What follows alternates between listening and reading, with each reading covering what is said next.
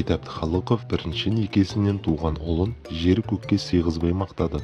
Сәбит Әбдіхалықов Айгүл Иманбаевадан туған ұлының суретін желіде жариялап, оны мақтай жөнелді.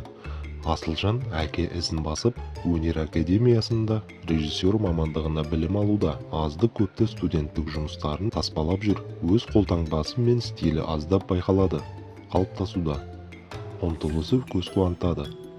Назарларыңызға Асылжанның карантин кезінде қазіргі актуалды тақырыпта үй жағдайында сүрген карантин деректі фильмін ұсынамын. Қарап өз бағаларыңызды берерсіздер, деп жазды әкесі. Желі қолданушылары Асылжанның еңбегін жоғары бағалап, оның бағасын беріп жатыр. Ал кейбірі Алтынай Жорабаевадан туған қыздарының суретін неге жариялап, жиі еске алмайды деп сұрады. Талабынан нұр жаусын.